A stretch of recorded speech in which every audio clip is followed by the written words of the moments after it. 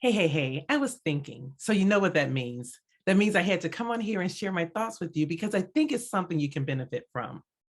If you know anything about me, then you know that I love books. I have books all over my home. I have them in my office, my meditation room. I have little bins scattered throughout my home that I stash books in. I even have a whole Christmas tree made of books. I'll show a picture of that another time. But I love books. So when I went looking for a book, I had to go to my different areas to try to find this particular book. And I had a thought that crossed my mind. What are your top 5 favorite books?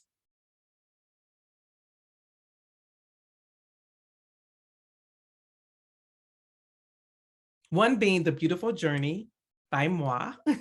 It chronicles my experience going through cancer. But more than that, I share the valuable lessons I learned facing adversity. It's an amazing book. And if you don't know that for yourself, you should probably get it. And another book that you should get is Think and Grow Rich by Napoleon Hill. This book was published in 1937. That's 84 years ago, I think, if my math is correct. 84 years. But the principles that he talks about in this book are still relevant today.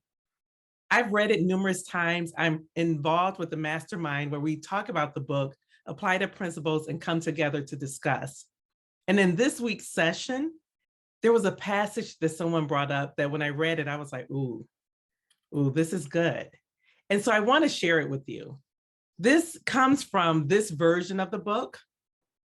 And I share that because there's many versions. As I said, this book is almost 100 years old. And so many people have revised it, have different versions. I actually have 2 different ones in my home. And this one is the only one that has the epilogue. And that's where I'll be reading from today. So if you want to get this book, this is a great one to get, this one right here. Or you can go ahead and you can go online and get some free versions to download or listen to it on YouTube. But it's a great book. It will change your life. But let me read this part to you. It says, in parting, I will remind you that life is a game and the player opposite you is time. If you hesitate before moving or neglect to move thoughtfully and decisively, your pieces will be wiped off the board by time. You are playing against a partner who will not tolerate indecision. Let me say that again, just in case you didn't hear me. If you hesitate before moving or neglect to move thoughtfully and decisively, your pieces will be wiped off the board by time. You are playing against a partner who does not tolerate indecision. Ouch. When I read that, I was thinking to myself, like, oh my goodness, this is not something that I don't know. It was a great reminder, which is why I wanted to share it with you as well. But I know I'm not the only person who has goals that they want to achieve, but you don't know how to get there. You know step 1, but not 2, 3, and 4. This is saying, don't hesitate before moving. Take that first step and trust the process.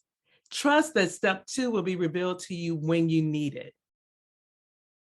That's what I got from that.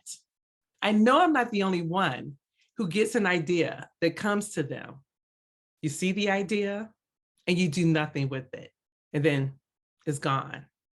Then you look over and somebody has taken that idea and done some great things with it.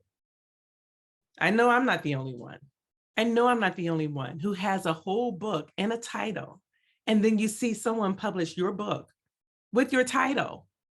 I know I'm not the only one. I share this today because we have to act. We have to get in motion. He said, if you hesitate before moving or neglect to move thoughtfully and decisively, meaning making a decision, if we don't decide to act, game over. If we want to win, we have to get in motion. We all know that tomorrow is not promised. The only thing that we're guaranteed is this moment right here. The next one is not. So what are we gonna do? When are we gonna get busy? Like, we can't keep playing. There are things for us to do. There are people who are waiting for us to do those things. So we need to get in forward motion. Time waits for no one. We know that's cliche, but it's the truth. And we know time goes faster the older you get. We are almost at Christmas already. So we have to get busy. We have to get in forward motion and do whatever it is that we have to do.